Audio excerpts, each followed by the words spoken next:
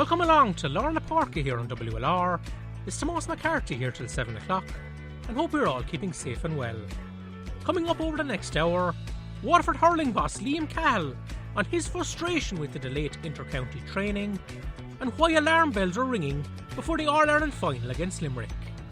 And dancing at the crossroads, Wexford legend Larry O'Gorman will look back at the unforgettable summer of 1996. So 2 months on from Waterford's run to the All-Ireland hurling final, delighted to welcome back to the show Daoise boss Liam Cahill. And I suppose, first of all, Liam, what was your reaction to the announcement on Wednesday night that GA activity, training or games won't resume until the start of April at the earliest? Yeah, hi Tomás. Yeah, really disappointing news. Real bolt from the blue really on Tuesday night.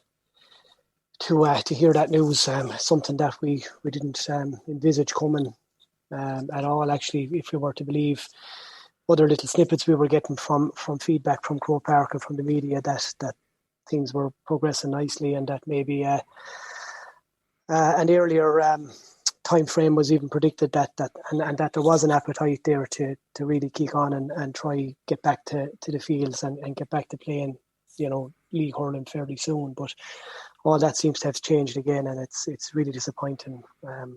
Whatever from a management perspective, it's really devastating from a player perspective. It just gives them no clarity again, and tough going. But in the scale of things, as we know, it's not the end of the world either. Yeah, is the whole uncertainty about the restart date the hardest part of it all, Liam?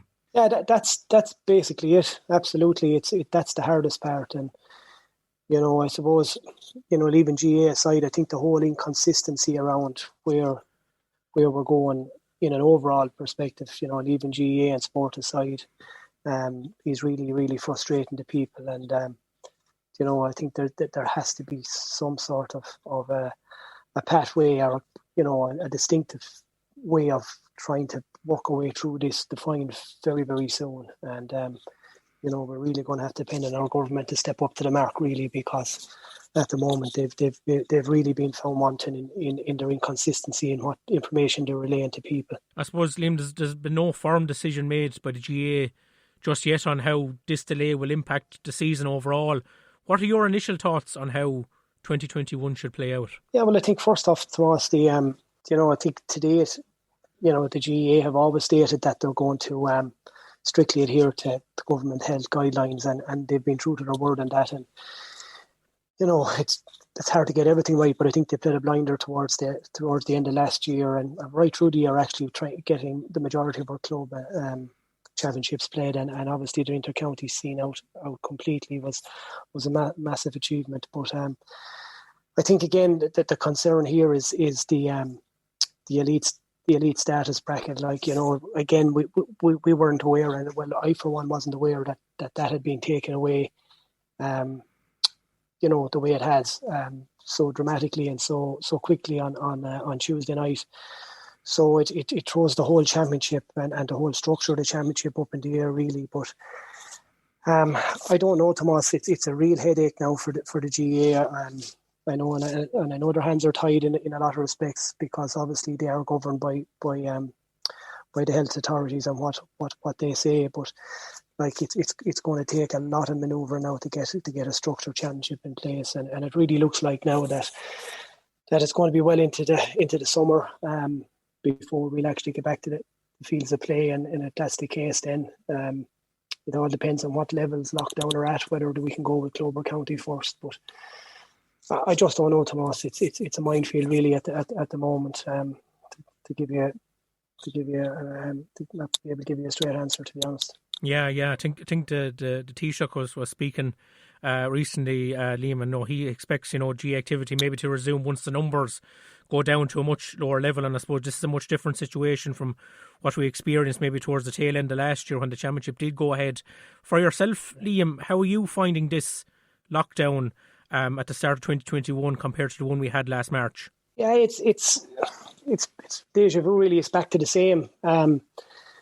It's really frustrating from my point of view, because I'm going into my second year now on the job here in Waterford, and really I've only got a consistent 10 or 12 weeks to have worked with the players. If you really look at it, from last September up to the All-Ireland was the only real block of time I've got to work with these players and Mikey and Stephen and the management team. Like, so it's really, really frustrating. And what can we do? It's the same for everyone, obviously. So each managers and management team are doing their best to try and keep guys motivated in the background and keep them at their own individual plans and trying to keep fellas in shape for when we do come back to collective training. But as I said, like, the inconsistency of it all is really difficult. I suppose at the moment, Liam, there's no GA on the television. It's all Premier League, Six Nations, horse racing, Super Bowl. Are you like the rest of us? Are you sitting down to watch all these events?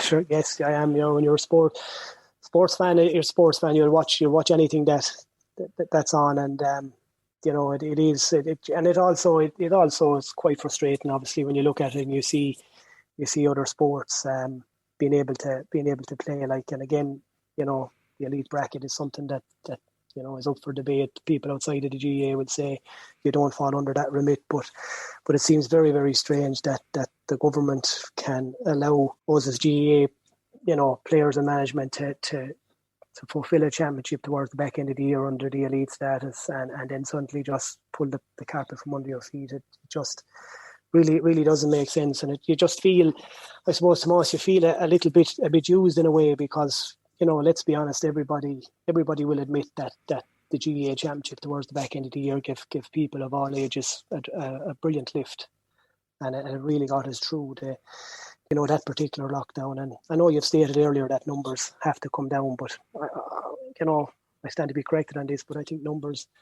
as of today are not too indifferent to the way they were, during November, December when we played the championship. So again, you're back to the inconsistency from government, which is really, really disappointing. But yeah, it's good to have other sports on the telly at the moment. But ultimately, you're really looking forward to when the GAA gets back, obviously.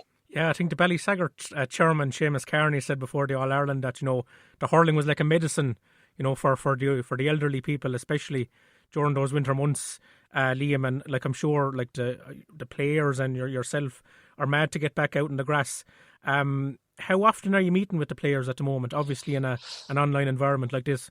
Yeah, Thomas, we meet every 2 weeks. Like, I'm not a manager for how would you say, micromanaging these fellas. That they're all very how would you say, focused young men, and they're all very accountable, and they're all very conscious of what they need to do to make sure that they're in the right shape necessary for when we do get back. So, and there's no hiding place now, obviously, at any level, and at inter-county level in particular. If you're not physically ready for when play resumes, you will be found out. So, but these fellas, I think, in general, across every inter-county team, and at the moment, actually, are kind of more or less programmed now to keep their training regimes up, and it's good for them as well. I suppose it's good for us all to get out and get exercise and get going during these tough times. But yeah, it's difficult. We just check in once a fortnight just to see how the particular programs are going, and if there's any feedback that needs to be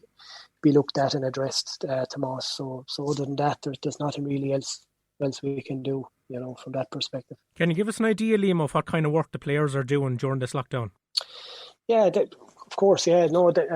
What the majority of our training would have been since January, I suppose. There'd have been a block there where we would predominantly been around strength. It was a phase that we kind of missed out on last year because of the way the whole COVID and the way the championship was structured. So there would have been big emphasis put on our players since January around the whole strength side of their game, which is, predominantly a lot of gym work, Tomas, a lot of heavy lifting to build that muscle and power. And I suppose rightly so, people would have said after the All Ireland that we were found wanted in that department, and it's not that we've decided to do this just particularly on what happened in the All Ireland. It's a part of our training that we had planned to do anyway, and we're also very conscious that we're not going to put a half a stone of muscle on fellas in a short period of time, but But it is an area that we didn't give as much attention to as we should have last year, or didn't get the opportunity really to do it. So